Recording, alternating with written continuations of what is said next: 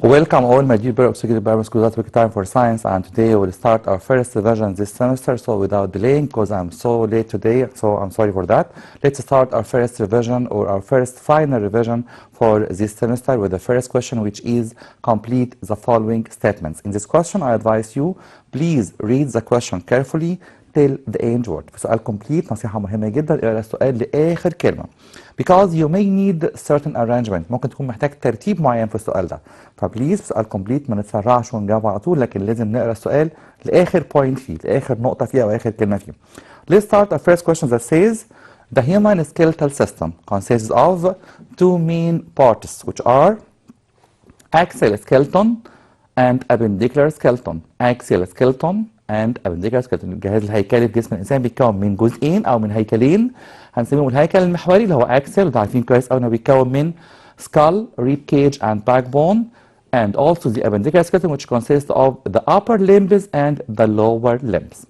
Another question that says the axial skeleton consists of three parts which are skull, backbone and rib cage. skull الجمجمة، backbone العمود الفقري أو الفقاري، rib cage القفص الصدري. Again, the axial skeleton consists of skull, backbone and rib cage.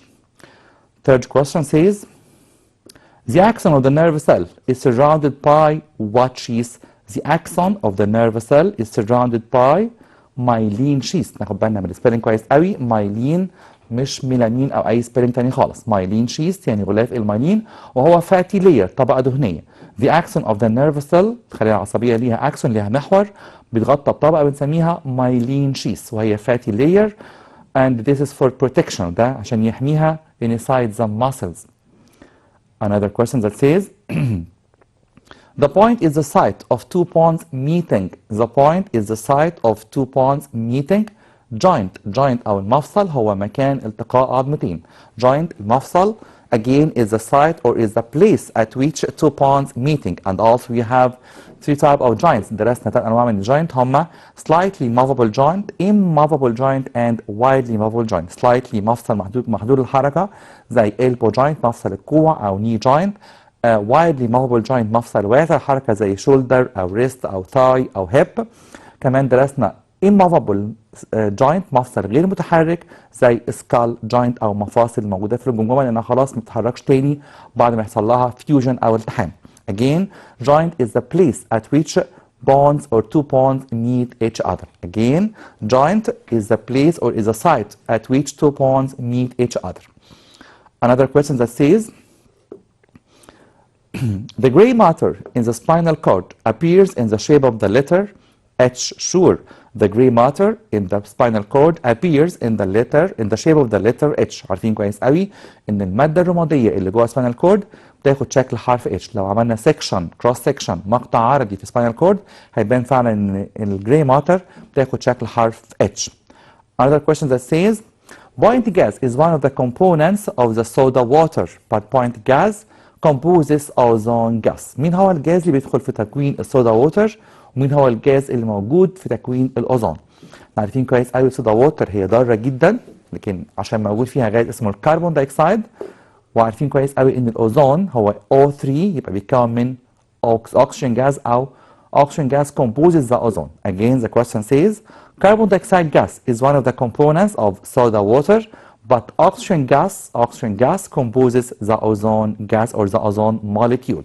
And let me remind you وافكركم تاني ozone has a symbol O3. الأوزون رمزه O3 لكن الأكسجين هو اللي رمزه O2. Another question that says point gas is used with acetylene for welding metals. ايه هو الغاز بيستخدمه على الأسيلين عشان يعمل لحام للمعادن؟ أكيد الغاز ده هو اللي هيزود البيرنينج بروسيس، وعارفين كويس قوي إن الأكسجين جاز هو اللي بيعمل increase burning process. So again, the question says oxygen gas is used with acetylene for welding metal. oxygen gas غاز الأكسجين بيساعد الأسيلين عشان كده بيكون لهب اسمه أوكسي أسيلين وبيستخدم في الويلدنج ميتال أو لحام المعادن. Another question that says the thermometer used in measuring temperature of the human body is what? We have studied two types of thermometer. درسنا نوعين من الترمومترات هم medical thermometer والسيلسيوس thermometer. مين هو الترمومتر الخاص بنا احنا شخصيا بالبشر او الهيومن بادي او جسم الانسان؟ So sure, it will be the medical thermometer. Medical thermometer. Again, the thermometer used in measuring temperature of the human body is the medical thermometer أو ساعات بنسميه كمان clinical thermometer. الاثنين بنفس المعنى the same meaning. Medical أو clinical thermometer الترمومتر الطبي which start from 35 to 42 Celsius and it's used for measuring the temperature of the human body. So what about Celsius thermometer? طب الترمومتر الثاني اسمه Celsius. It's used for measuring temperature of the liquids and atmosphere and it starts from 0 Celsius and ends at 100 Celsius. Another question that says سؤال تاني بيقول لي the thermometer used in measuring temperature of liquids and atmosphere. The thermometer used in measuring temperature of liquids and atmosphere, sure, it will be the Celsius thermometer. Celsius thermometer. Another question that says the brain consists of البرين أو المخ أو زي ما سميناه الجهاز المخي كله بيتكون من cerebrum وإيه كمان cerebrum وcerebellum. cerebellum مسؤول عن التوازن جزء مهم جدا في البرين and the most important part أهم جزء في البرين هو ميدالا أوبلونجاتا. ميدالا أوبلونجاتا النخاع المستطيل أو جذع المخ وقلنا إن ده مهم جدا إنه بيتحكم في حاجة اسمها involuntary actions أو involuntary processes أفعال لا إرادية such as heartbeat, such as respiration during sleeping, such as movement of intestine, movement of stomach, blood circulation, blood pulse or blood vessels and so on. كل حاجة بتحصل جوه جسمي involuntary لا إرادية بيتحكم فيها ميدالا أوبلونجاتا. ميدالا أوبلونجاتا is the very important or is the most important part in the brain and its infection أي إصابة ليه means death معناها الوفاة فورا. عشان كده بنسمع حاجة اسمها وفاة كلينيكيا هو ده معناه أو ده اللي حصل إن حصل إصابة في الميدالا أوبلونجاتا. معنى كده إن الجسم كله شغال عن طريق أجهزة خارجية لكن البرين توقف عن العمل ودي فعلا وفاة وملهاش أي حل طبي لغاية دلوقتي. Again, the brain consists of the cerebrum, cerebellum and also medulla oblongata. And also let me remind you بفكركم تاني we have studied each part of them and each structure تركيبه and also its function. Cerebrum for example controls the sense organ بيتحكم في أعضاء الحواس كمان بيتحكم في thinking and memory and also the voluntary actions الأفعال الإرادية اللي بقوم بيها بإرادتي أنا أو بمعرفتي أنا الشخصية ده السيريبرم أو ساعات كمان بنسميه two cerebral hemisphere. طب cerebellum كان بيتحكم في وظيفة واحدة بس هي balance during movement. maintain the balance of the body during movement بيحافظ على توازن الجسم أثناء الحركة. لكن ده الأبرونجات أو أخطرهم على الإطلاق بيتحكم في أي أفعال بنسميها involuntary actions أفعال لا إرادية. Other question that says سؤال تاني بيقول لي the energy that transfers from hot object to the cold object is called the energy that transfers from the hot object to the cold object is that heat energy الطاقة الحرارية. Again, heat energy is the energy that transferred from hot object to the cold object or I can say ممكن نقولها بطريقة تانية heat energy is the energy that transfer from higher temperature object to the lower temperature object. الحرارة تنتقل من الجسم اللي حرارته أعلى للجسم اللي حرارته أقل. Another question. The degree of hotness or coldness of a body. Degree of hotness or coldness of a body. Sure, it will be temperature. درجة الحرارة. هي degree of hotness or coldness of a body. It will be the temperature. Another question that says, the gas which is used in manufacturing of soda water. I think it's repeat question. سؤال متكرر النهارده مرتين في نفس الحلقة. إيه هو الجاز اللي بيخش في الصودا ووتر أو المياه الغازية؟ Sure, it will be carbon dioxide gas. And please, I advise you or I warn you بنصحكم وبحذركم little amount of carbon dioxide or soda water will be benefit you. Or يعني كمية صغيرة من الصودا ووتر ممكن تكون مفيدة لينا لكن large amount will harm you ممكن تأذينا because we can say or we can call ممكن نسمي carbon dioxide it's a silent killer هو القاتل الصامت because the increase of amount carbon dioxide in the body لو في كمية زيادة منه في جسمي it will cause choking هتسبب اختناق it will cause suffocation and you can't breathe you can't respire as possible as you can. طبعا كميه كبيره جدا من الكربون دايوكسيد داخل جسمي ممكن تؤدي للاختناق لاني مش هكون عارف اتنفس زي ما بقدر اتنفس بالشكل الطبيعي. So again, please reduce the intake of soda water as possible as you can. Another question that says The gas which is used in respiration. الغاز بستخدمه في respiration. It's a very easy question. Sure, we respire oxygen gas. بنتنفس oxygen. The gas which is used in respiration, oxygen gas. Another question that says, all metals are points conductors of heat. All metals are space conductor of heat. All metals such as iron, copper, aluminum, sure, they will be good conductor of heat. هم موصلين جيدين للحرارة. كل المعادن مش كل المواد. أنا بقول هنا all metal مش all materials are good conductors of heat. Point conducts heat faster than aluminum. Here in this question, I want you to give me the best conducting metal. مين هو أحسن معدن توصيل الحرارة؟ Sure, it will be the copper. Copper conducts heat faster than aluminum. Copper conducts heat faster than aluminum. Another question that says, some examples of good conductors of heat, such as iron, copper, aluminum, nickel, gold, silver, any metal, you know, حتى الميركوري نفسه شخصيا بقدر اعتبره good conductor of heat. So again, some examples of good conductor of heat are iron, copper, aluminum, gold, silver, nickel, and so on. Here another question, but please note this question. السؤال ده هنا فيه trick ممكن نقع فيها كلنا. Some usages of good conductors of heat are point and point. هنا مش عايز example من good conductor، هنا عايز استخدام use or importance أو function. بعض الاستخدامات المهمة للجود conductor such as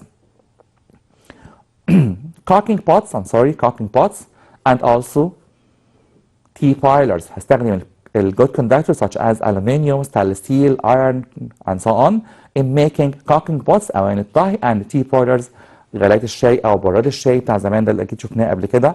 ده بستخدمه أو بنصنعه عن طريق الألومنيوم أو الأيرن أو الستانلس ستيل. So again, some uses of good conductors of heat such as caulking pots and T-pilers. Another example, some examples of bad conductors of heat. هنا عايز bad conductors of heat. Sure, we have many bad conductors such as wood, plastic, air, paper, wool, and so on. We have many examples of bad conductors of heat. Another example that says some uses of bad conductors of heat such as هنا برضه السؤال فيه تريك مهم قوي في خدعة أو نقطة ممكن ما ناخدش بالنا منها. أنا بقول some uses بعض استخدامات of bad conductors such as handles of caulking pots and also heavy clothes in ملابس تقيلة. All of them are made of bad conductors of heat. Another question that says mass is measured by whereas weight is measured by. ناخد بالنا هنا مطلوب مني measured by يعني اكتب الديفايس ولا اليونت.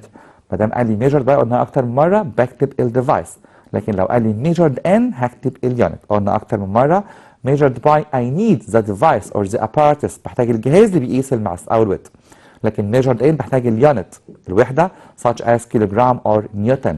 يبقى هنا هقول له mass is measured by for example balance scale. طب ممكن balance scale او حاجه ثانيه، ممكن balance scale to arm scale sensor scale and so on. whereas weight بقيسه عن طريق spring scale. الميزان الخاص بالويت هو spring scale. يبقى again ناخد بالنا في measured by انا بحتاج الجهاز مش اليونت، لكن measured in بحتاج اليونت. Another question that says mass is constant and is not affected by. الماس قيمة ثابتة ما بتتأثرش بوجود أو بالplace. For example the place. Again mass is constant value and is not affected by the place. Another question that says an object's weight depends on object's weight. وزن الجسم أو الوزن بيعتمد على sure it depends on the place and the mass or the mass and the place. Again an object weight depends on mass and place. Another question that says oxygen gas is consumed during point and point processes. Oxygen gas is consumed يعني بيستهلك مش بينتج. هنا ناخد بالنا أنا بقول لك الأكسجين جاز بيستهلك أثناء عملية A و A. Oxygen gas أو oxygen gas is consumed during respiration process عملية تنفس and also burning process عملية الاحتراق أو ممكن نسميها كمان combustion process. So again oxygen gas is consumed during respiration and burning processes عملية الاحتراق أو التنفس. Another question that says Carbon dioxide gas is prepared in laboratory by adding what to what. عشان نحضر الكربون دايوكسيد قلنا تحضيره سهل جدا وانترستنج جدا. بنحضره بإضافة كالسيوم كربونات أو هيدروكلوريك أسيد، أي أسيد available at home such as vinegar زي الخل مثلا، هيدروكلوريك أسيد to calcium carbonate. طب لو ما عنديش كالسيوم كربونات ممكن استخدم بيكنج باودر، هو اوريدي بنسميه بيكنج باودر، هنسميه كالسيوم كربونات أو كمان ممكن نسميه I'm sorry, sodium carbonate. So again, carbon dioxide gas is prepared in laboratory by adding hydrochloric acid to calcium carbonate. Another question that says, justify or give reason. Another type of question, give reason or justify or explain. Number one, although oxygen gas is consumed during respiration, its percentage remains stable in the atmosphere. بالرغم الأكسجين بيستهلك أثناء التنفس لكن نسبته ثابته في الهواء الجوي ما بيخلصش. طب ليه ما بيخلصش؟ اكيد في حد بيعوض لنا الاكسجين دوت وهو حد مهم جدا في حياتنا، هو green plant. So I can say because green plants produce oxygen gas during photosynthesis process. So I advise you more and more to increase the green areas. So again, because plants produce oxygen gas during photosynthesis process. So by this question, I'm afraid we have reached the end of this episode. So I'm sorry again for coming late today, and promise you to come more earlier next Thursday, inshallah, till we meet again, and we will have a very important selection of questions for you for what we have started this semester next Thursday, inshallah. And now, goodbye and thank you.